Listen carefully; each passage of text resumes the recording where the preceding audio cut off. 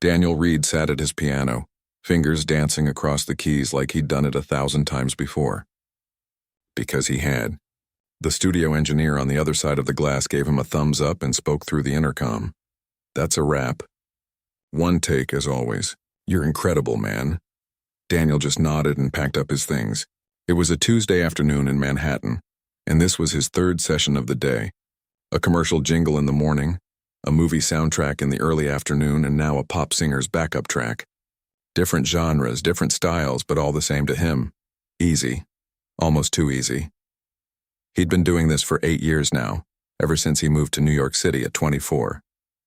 Now at 32, he was the go-to session pianist in the city. Recording studios loved him because he could hear a song once and play it perfectly. No sheet music needed. No multiple takes. Just pure, effortless talent. But lately, something had changed. The thrill was gone. Every melody felt predictable. Every chord progression seemed obvious. He could see the music coming before it arrived, like watching a movie he'd seen too many times. His gift, the thing that made him special, had become a cage. That evening, Daniel walked through the cold October streets back to his apartment. The city was alive with its usual chaos, but he barely noticed. His mind was somewhere else, running through melodies he'd played that day, searching for something that would make him feel alive again. His phone rang just as he reached his building. Unknown number. He almost didn't answer, but something made him pick up. "Hello? Is this Daniel Reed? The pianist?" The voice was elderly, fragile, like old paper rustling in the wind. "Yes, that's me. How can I help you?" "My name is Helen Winters. I got your number from the Musicians Guild. I need someone to play a piece at my husband's memorial service next week. They told me you're the best." Daniel had played dozens of memorial services. They paid well, and the music was usually simple. Classical pieces, hymns, maybe a favorite song or two. "I'd be happy to help. What would you like me to play?" There was a long pause on the other end. He could hear her breathing, slow and deliberate. "It's a family melody, very old. It's been passed down in my family for 5 generations, but we've never written it down. My husband loved it. I need it played at his service, but I'm the only one left who remembers how it goes." Daniel felt a spark of interest for the first time in months. An unwritten melody passed down through generations, something he'd never heard before. "Can you hum it for me?" "I'll try, dear. My voice isn't what it used to be." What came through the phone next made Daniel stop walking. He stood there on the sidewalk, phone pressed to his ear as Helen hummed a melody that seemed to reach inside his chest and squeeze. It was beautiful, haunting, and somehow familiar. The notes rose and fell in unexpected patterns, creating harmonies that shouldn't work but did, minor keys that felt hopeful, major keys that felt sad. It was unlike anything he'd heard before, yet somehow impossibly, he felt like he knew it. "That's lovely," he said, his voice quieter than before. "I can play that." "Thank you, Mr. Reed. The service is next Saturday at 2. I'll send you the details." "And Mr. Reed? Be careful with this melody. It's special to our family. Very special." The way she said it made his skin prickle, but he brushed it off. "Of course. I'll treat it with respect." After she hung up, Daniel stood on the sidewalk for another minute, replaying the melody in his mind. He had perfect recall, could remember every note of every song he'd ever heard. But this one felt different. It wasn't just sitting in his memory like other songs. It was moving, growing, like it was alive. He hurried home and went straight to his piano. His apartment wasn't big, but the baby grand piano took up most of the living room. It was the first thing he'd bought when he started making real money, and it was his most prized possession. Daniel sat down and placed his fingers on the keys. He closed his eyes and began to play Helen's melody. The notes flowed out perfectly, exactly as she'd hummed them. But then something strange happened. His fingers kept moving, adding harmonies and counter melodies that Helen hadn't sung. It was like the song was showing him more of itself, revealing layers that had been hidden. He played for 20 minutes straight, lost in the music. When he finally stopped, his hands were shaking, not from exhaustion but from something else, something he couldn't quite name. Fear? No, not quite. Awe? Maybe. But there was something else too, a feeling like he was remembering something he'd forgotten long ago. Daniel looked at his hands, confused. Where had those extra notes come from? He'd only heard Helen hum the basic melody. The rest had come from somewhere inside him, like he'd always known how to play it. He tried to shake off the weird feeling and went to make dinner. But even as he cooked, even as he ate, the melody played in his head. It wouldn't leave him alone. That night he had a dream. He was young, maybe 3 or 4 years old. He was sitting on a wooden floor in a house he didn't recognize. Through a doorway he could see an old upright piano. A woman sat at it, her back to him. She wore a simple white dress and her dark hair was pulled back in a bun. She was playing Helen's melody. In the dream, young Daniel crawled toward the doorway, drawn to the music. The woman kept playing, her hands moving gracefully over the yellowed keys. He wanted to see her face, needed to see who she was, but every time he got closer, she seemed farther away. The melody grew louder, filling the house, filling his head. It wasn't just sound anymore. It was feeling, memory, something deeper than music. The notes were trying to tell him something, trying to show him something important. Just as he reached the doorway, just as the woman started to turn around, Daniel woke up. He was sitting at his piano. The apartment was dark. According to his clock, it was 3 in the morning. He had no memory of getting out of bed, no memory of walking to the piano. But there he was, fully awake now, his heart pounding in his chest. His phone buzzed on the coffee table. A text from Lauren, his girlfriend. She was a nurse who worked night shifts at the hospital. "You okay? You haven't replied to my messages." Daniel picked up his phone and saw 3 unread texts from her, all sent over the past few hours. He didn't remember hearing them come through. "I'm fine. Just got caught up practicing. Sorry." He put the phone down and looked at the piano keys gleaming in the streetlight coming through the window. Part of him wanted to play the melody again. Part of him never wanted to touch it again. What was happening to him? In 8 years of playing professionally, he'd never sleepwalked to his piano. He'd never felt a piece of music get inside him like this. Helen had said to be careful with the melody. At the time, he'd thought she was just being sentimental. Now he wasn't so sure. Daniel went back to bed, but he didn't sleep. He lay there in the dark, watching the ceiling while Helen's melody played over and over in his mind, and somewhere in the back of his thoughts, he could still hear that piano from his dream, and the woman in the white dress playing notes that felt like memories he'd lost. The next morning, Daniel called in sick to his studio sessions. He never called in sick. In 8 years, he'd maybe missed 3 days of work total, but he couldn't focus on commercial jingles and movie soundtracks. Not now, not with Helen's melody consuming every thought. He made coffee and sat at his piano, telling himself he'd just play it once more, just to get it out of his system, just to understand what was happening to him. His fingers touched the keys and the melody poured out.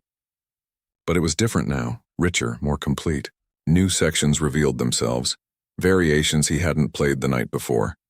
It was like the song was growing inside him, blooming into something bigger than what Helen had hummed over the phone. Daniel recorded himself playing on his phone. 43 minutes. He'd played for 43 minutes without stopping, without thinking, letting the music flow through him like water. When he listened back, he barely recognized his own playing. The emotions in it were raw, desperate, sorrowful, things he didn't remember feeling while he played. He tried to work on other pieces, tried to practice his usual repertoire. But within minutes, his fingers would drift back to Helen's melody. It was like the song had taken root in his brain and was slowly taking over everything else. Lauren came by after her shift ended that morning. She found him at the piano, still in yesterday's clothes, empty coffee cups scattered around the room. "Daniel? Baby, are you okay?" She touched his shoulder and he jumped like she'd startled him awake. "I'm fine. Just working on something." She looked at him with concern. Lauren had seen him practice obsessively before, especially when learning difficult pieces. But this was different. His eyes had dark circles under them and his hands trembled slightly when he lifted them from the keys. "When's the last time you ate something?" He had to think about it. "Dinner last night, maybe?" "I'm not hungry." "That's not what I asked." She went to his kitchen and started making breakfast. "You're playing for that memorial service, right?" "The one you told me about." "Yeah, Saturday. It's Wednesday, Daniel. You have 3 days to learn one song. I've seen you learn entire concertos in an afternoon. What's going on?" He wanted to tell her, wanted to explain how the melody was unlike anything he'd ever encountered, how it felt alive, how it was showing him things, teaching him things. But how could he explain something he didn't understand himself? "It's just different. More complex than I thought." Lauren brought him eggs and toast. She sat with him while he ate, watching him carefully.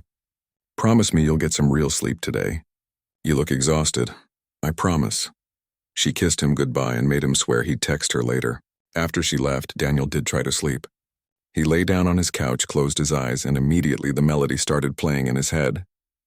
Not just the notes, but a full orchestra version, with strings and woodwinds and harmonies he'd never imagined before. He gave up on sleep and went back to the piano. That afternoon, something changed. As he played, images began flashing through his mind. Not dreams this time, but something else. Memories, but they couldn't be his memories. He was seeing places he'd never been, people he'd never met. A small house by the ocean, white painted wood, blue shutters, seagulls calling overhead, a woman's hands, weathered and old, playing this same melody on an ancient piano, a child's laughter, bright and pure mixing with the music. Daniel's hands faltered on the keys. He opened his eyes, breathing hard. What was happening to him? These weren't his memories. They couldn't be. But they felt so real, so vivid, like he'd lived them himself. He tried to push through, tried to keep playing, but the images kept coming. Each note seemed to unlock something new, some fragment of a life he'd never lived. The house by the ocean appeared again and again, always from slightly different angles, different seasons, sometimes filled with sunlight, sometimes dark and empty. By evening, Daniel was pacing his apartment, too wired to sit, too exhausted to think clearly. He picked up his phone and almost called Helen Winters. Maybe she could explain this. Maybe she'd experienced something similar. But what would he say? "Your family melody is making me see things that aren't real?" She'd think he was crazy. Maybe he was crazy. His phone rang. "Lauren." "Hey," he answered, trying to sound normal. "Don't hey me.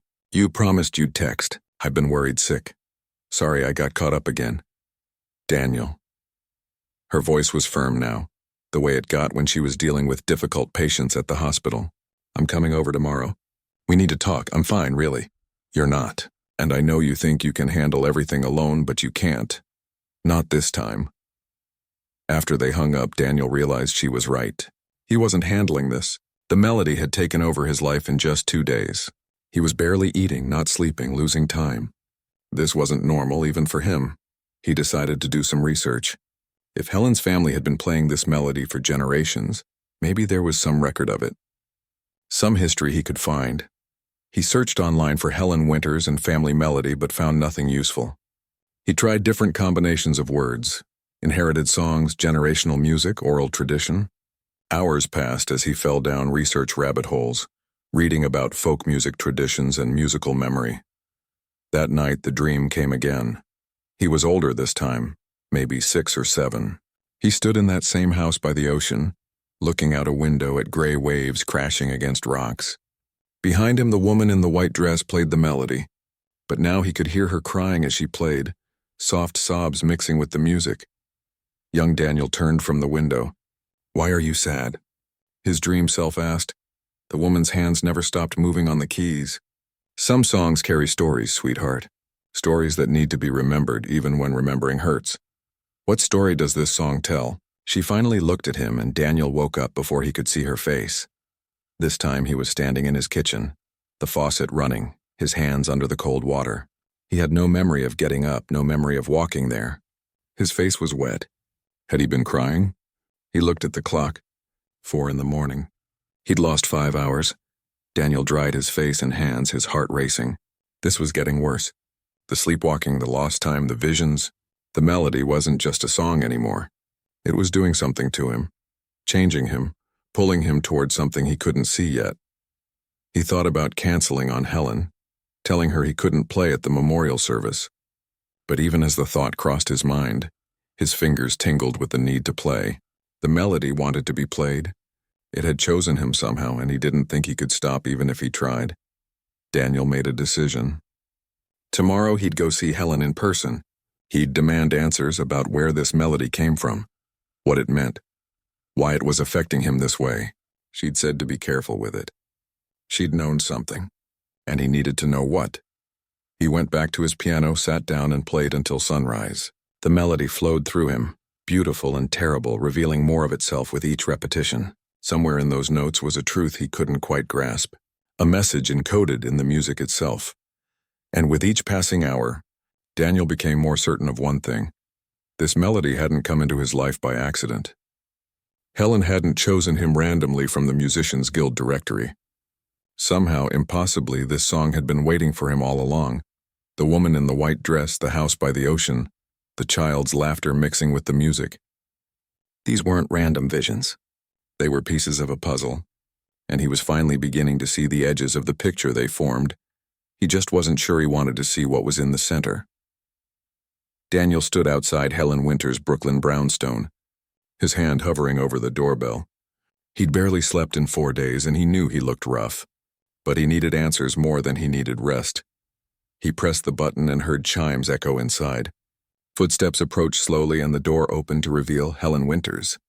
She was smaller than he'd imagined, maybe in her late 70s, with silver hair pulled back in a neat bun. But her eyes were sharp, alert, and when they settled on Daniel's face, something flickered there. Recognition, concern? Mr. Reed, I wasn't expecting you until Saturday. I need to talk to you about the melody. May I come in? She studied him for a long moment, taking in his rumpled clothes and tired eyes. Then she stepped aside. I think you'd better. The inside of her home felt like stepping back in time. Dark wood furniture, lace curtains, and photographs covering every surface. Lots of photographs. Families spanning generations, all arranged chronologically on the walls like a visual timeline. Helen led him to a sitting room and gestured to an antique sofa. Would you like tea? No, thank you. I just need to understand what's happening to me. She settled into a chair across from him, folding her hands in her lap. Tell me, the words poured out. The sleepwalking, the visions, the way the melody kept expanding in his mind, revealing parts Helen had never hummed. The house by the ocean, the woman in the white dress. The feeling that the song was alive, that it was trying to tell him something. Helen listened without interrupting, her expression growing more troubled with each detail. When he finished, she was quiet for a long time. I was afraid of this, she finally said. Afraid of what? What's happening to me? She stood and walked to a bookshelf, pulling down an old leather journal. This belonged to my great-great-grandmother, Catherine.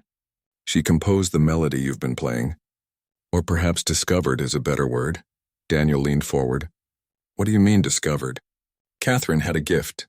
Some called it a curse. She could compose melodies that unlocked memories in people who heard them.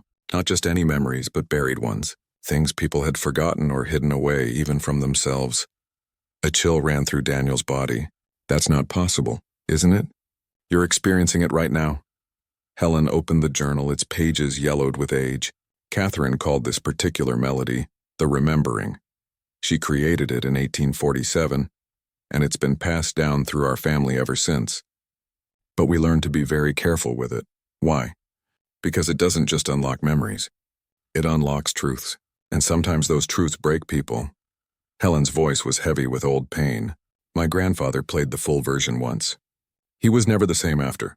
Spent the last 10 years of his life in and out of hospitals, talking about things that happened before he was born. My mother refused to learn more than the basic melody. She said some doors are meant to stay closed. Daniel's hands were shaking. Then why did you ask me to play it? Why would you do this to someone? I only hummed you the safe version. The shortened one we use for occasions like my husband's memorial. You shouldn't have been able to play beyond that. She looked at him intently. But you did, didn't you? The first night, you played more than I taught you. He nodded slowly. That's what I was afraid of. Mr. Reed, may I ask you something personal? Were you adopted? The question hit him like a physical blow. How did you know that? Because the melody only reveals itself fully to certain people. People with a connection to our family. She paused, choosing her words carefully. What's your birth name? Daniel's mouth went dry. He'd been adopted at 4 years old after his birth mother died. The adoption had been closed, his original records sealed. His adoptive parents, good people who loved him, had told him the basics but never pushed when he didn't want to dig deeper into his past. I don't know, he whispered. I was too young to remember.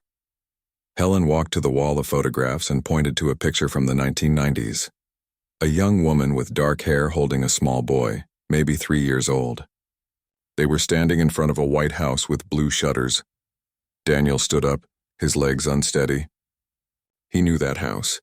He'd seen it in his dreams. Her name was Rebecca Winters, my niece. She died in a car accident 28 years ago. Helen's voice cracked. She had a son, Michael. After she died, his father couldn't cope with the grief. He gave Michael up for adoption and disappeared. We tried to find the boy, but the adoption was sealed and the father had cut all ties. We lost him. Daniel couldn't breathe. The room seemed to tilt around him. Mr. Reed, how old are you? 32. And when is your birthday? March 15th, Helen closed her eyes. Michael was born on March 15th. 32 years ago. The silence that followed was deafening. Daniel stared at the photograph, at the little boy who might have been him, at the woman who might have been his mother, the woman in the white dress from his dreams. I need to sit down. Helen helped him back to the sofa. She disappeared into the kitchen and returned with water, pressing the glass into his trembling hands. I'm sorry, she said. I truly am. When I saw your name in the Musicians Guild directory, I wondered. Reed was your adoptive family's name, but there was something about you. I had to know. So I hummed the melody, hoping it would reveal the truth, and it did. You used me, Daniel said, anger cutting through his shock. I needed to know if you were him, if you were Michael. Her eyes filled with tears. You're my family, the only piece of Rebecca I have left.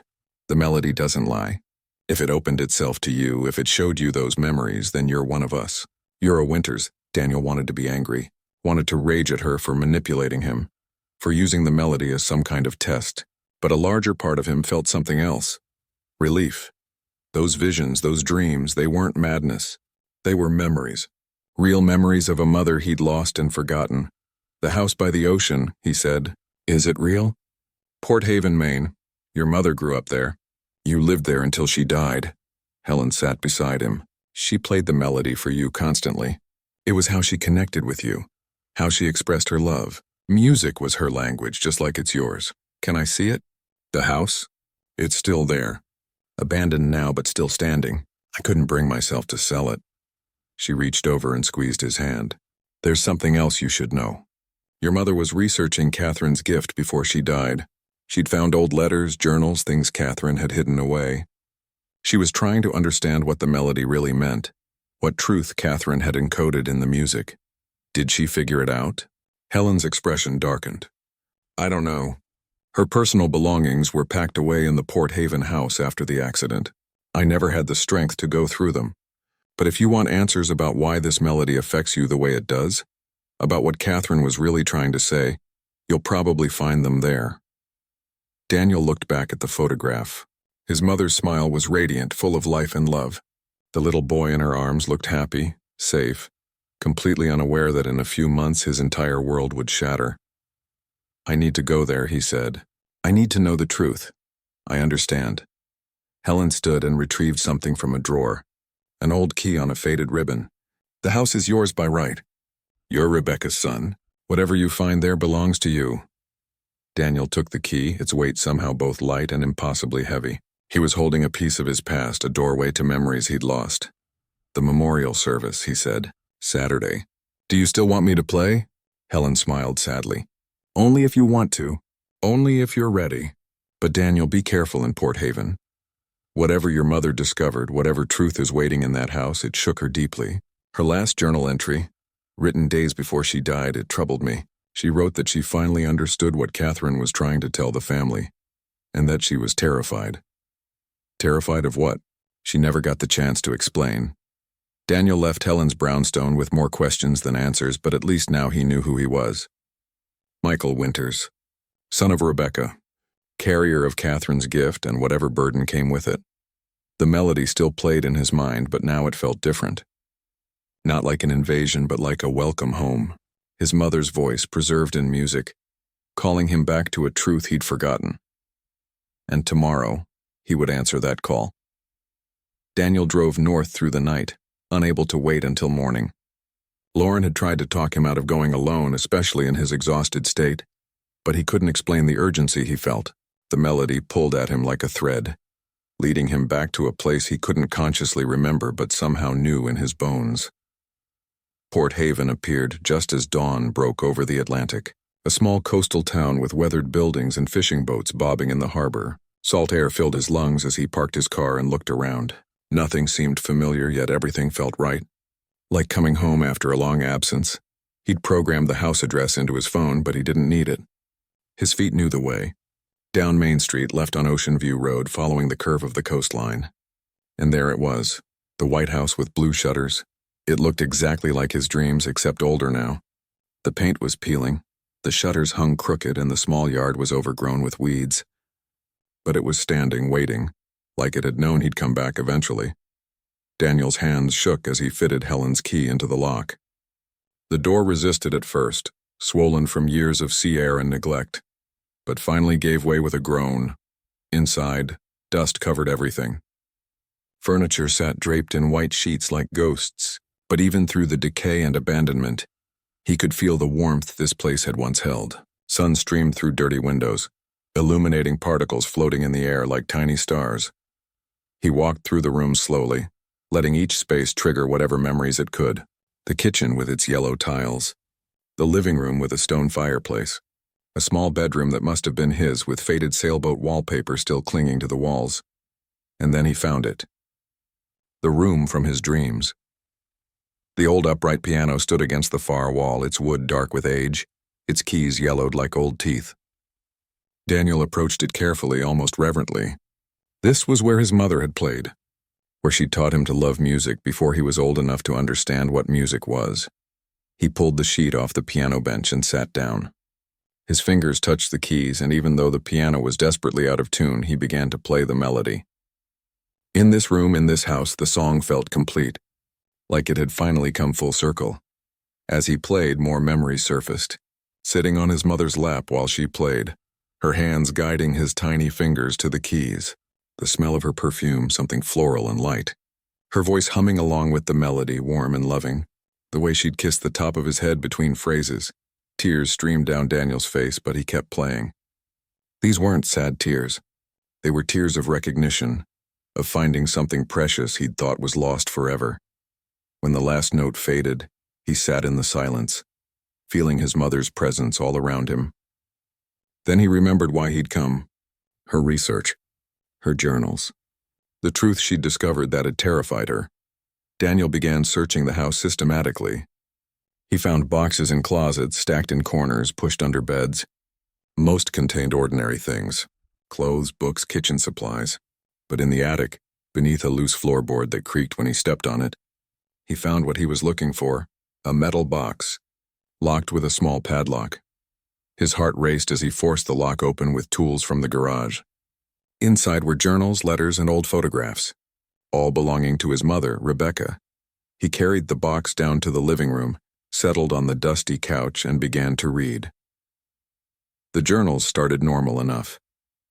Entries about her childhood, learning the family melody from her grandmother, falling in love with Daniel's father, a fisherman named Thomas, the joy of discovering she was pregnant, normal life, normal dreams.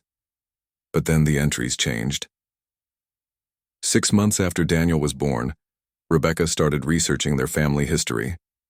She'd become obsessed with understanding Catherine, the ancestor who'd composed the melody. She tracked down old letters, visited historical societies, interviewed distant relatives who remembered stories passed down through generations. What she discovered disturbed her. Catherine hadn't lived an ordinary life. In 1847, she'd survived something terrible. The journal entries grew harder to read, as Rebecca pieced together the truth from fragmented records and whispered family stories. Catherine had been a young woman working at a textile mill in Massachusetts. The conditions were brutal, dangerous, and the workers, mostly women and children, were treated as expendable. When several girls died in a factory fire that management had locked them inside, Catherine had been one of the few survivors, but the mill owners covered it up. They paid off officials, threatened witnesses, and destroyed evidence. The girls who died were buried in unmarked graves, their families told it was accidents, their names forgotten by history. Catherine couldn't speak out. Women had no voice in that time, no power. If she'd tried to tell the truth, she would have been silenced, possibly killed. So she did something else. She composed the melody. Rebecca's handwriting grew shakier as the entries continued. She'd realized that Catherine had encoded the entire story into the music. The names of the girls who died, the dates, the details of the cover-up. Everything was hidden in the harmonies, in the progression of notes and the mathematical patterns of the composition. The melody wasn't just music. It was testimony. It was evidence. It was Catherine's way of making sure the truth survived, even if she couldn't speak it aloud. But there was more.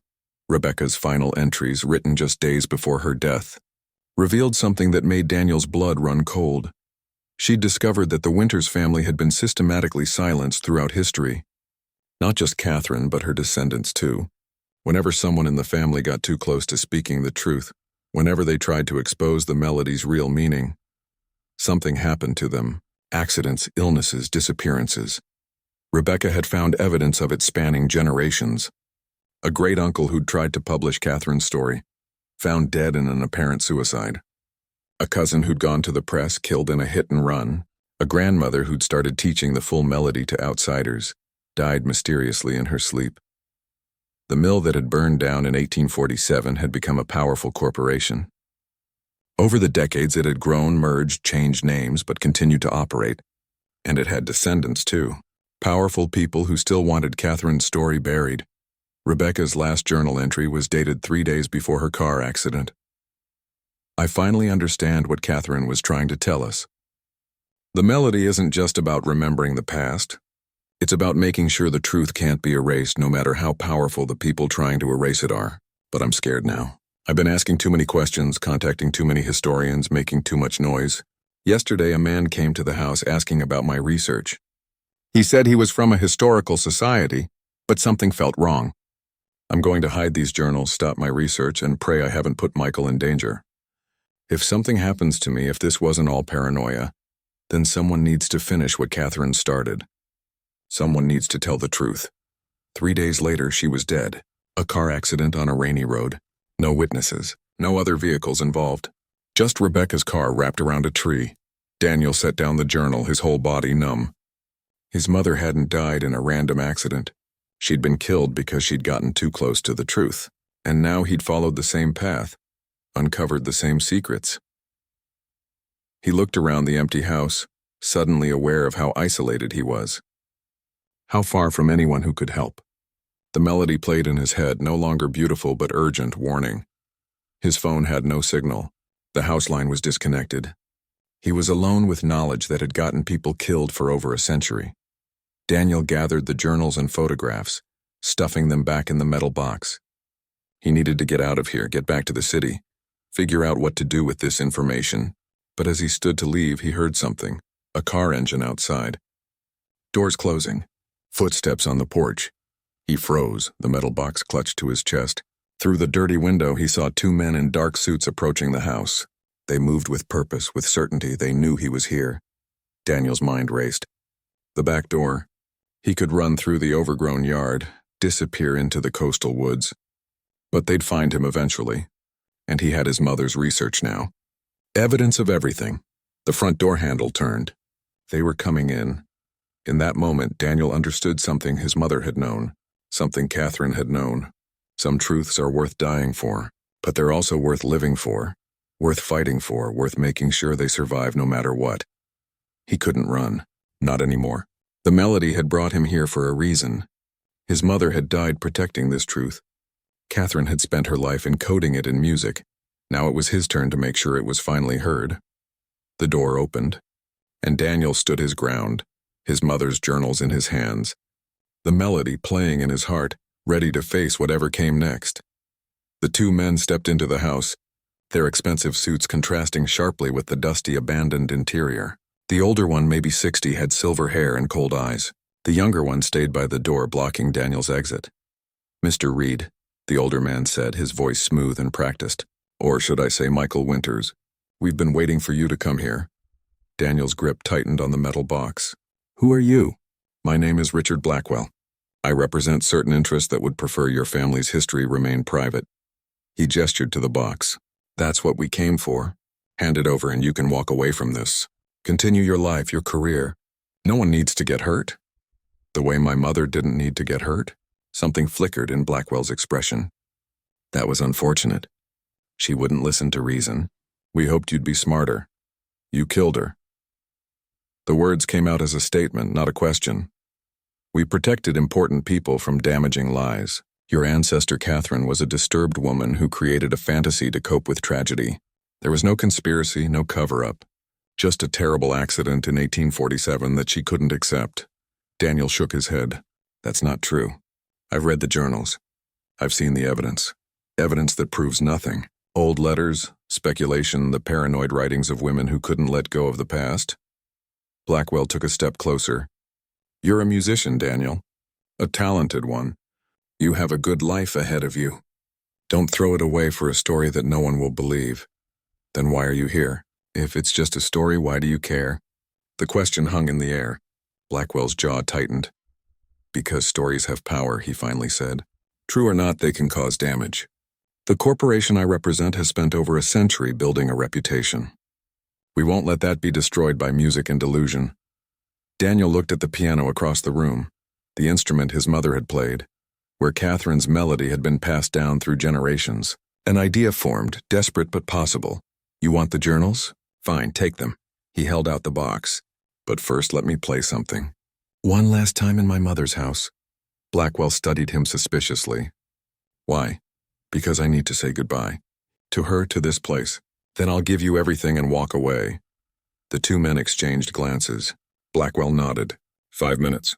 Then we leave. And you forget everything you've read. Daniel walked to the piano, setting the metal box on top. His hands shook as he lifted the fallboard, exposing the yellowed keys. The piano was horribly out of tune, damaged by years of neglect, but it would work for what he needed. He pulled out his phone, his fingers moving quickly across the screen. No signal for calls, but the voice recording app still worked. He set the phone on the music stand, hit record, and began to play. The melody poured out, every note his mother had taught him, every variation Catherine had hidden in the composition. But this time, Daniel did something different. He spoke while he played, his voice weaving between the music. My name is Michael Winters, known as Daniel Reed. I'm recording this in my childhood home in Port Haven, Maine, where my mother, Rebecca Winters, lived before she was killed. Stop talking, Blackwell snapped. But Daniel didn't stop. His fingers kept moving, the melody building in complexity as he spoke faster. In 1847, my ancestor Catherine Winters survived a factory fire that killed 17 young girls. The mill owners locked the exits. They covered it up, bought silence, erased the truth. Catherine couldn't speak openly, so she composed a melody that encoded everything. Names, dates, evidence. This melody.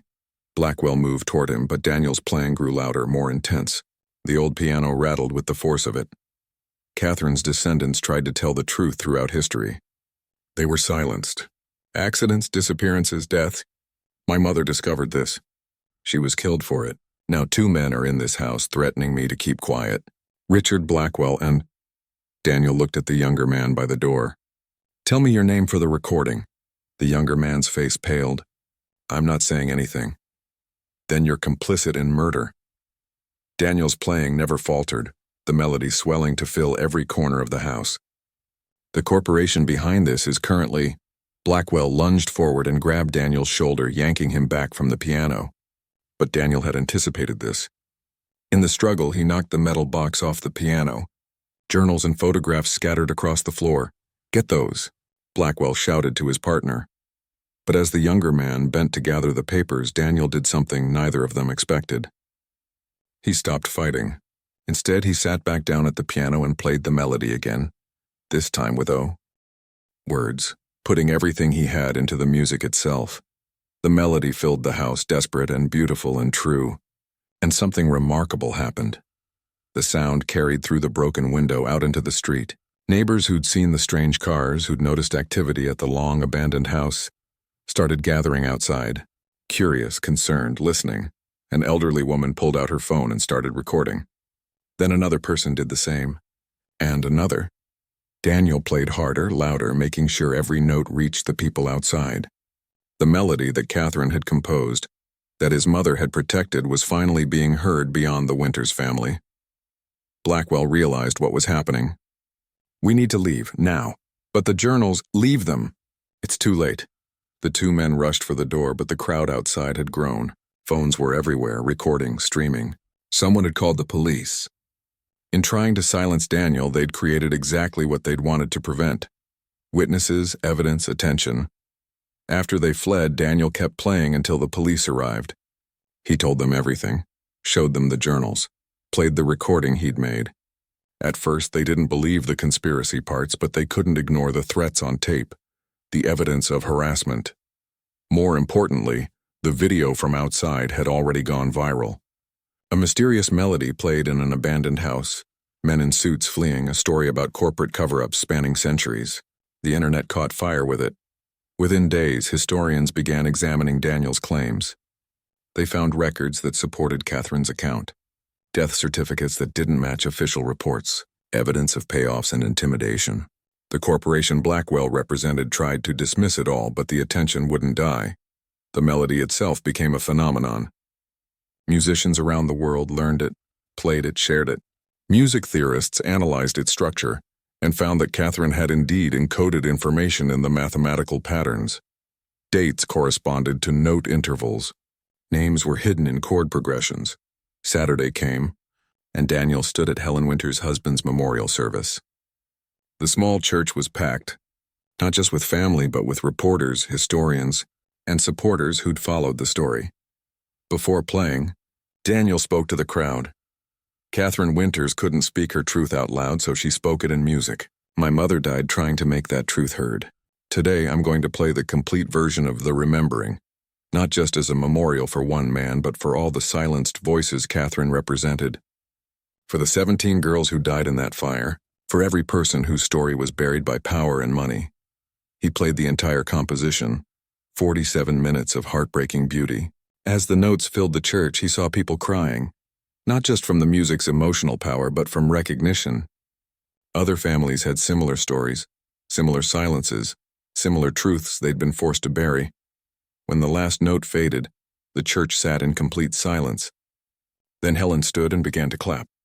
Others joined her until the entire room erupted in applause, not for Daniel's skill, but for the courage it took to finally speak. Afterward, Lauren found him outside. She wrapped her arms around him and he held her tight, exhausted but whole. "What happens now?" she asked. "Now I use my gift the way it was meant to be used." He looked back at the church, at the people still gathered, still talking, still listening.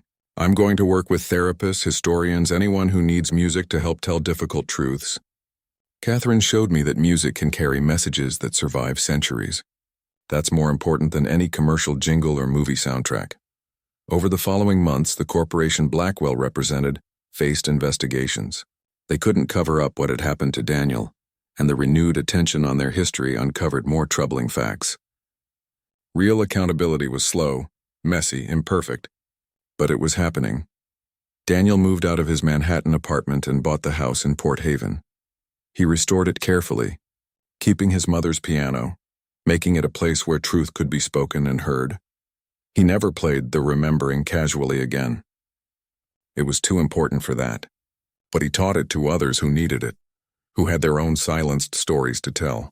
The melody spread, evolved, became a symbol for speaking truth to power.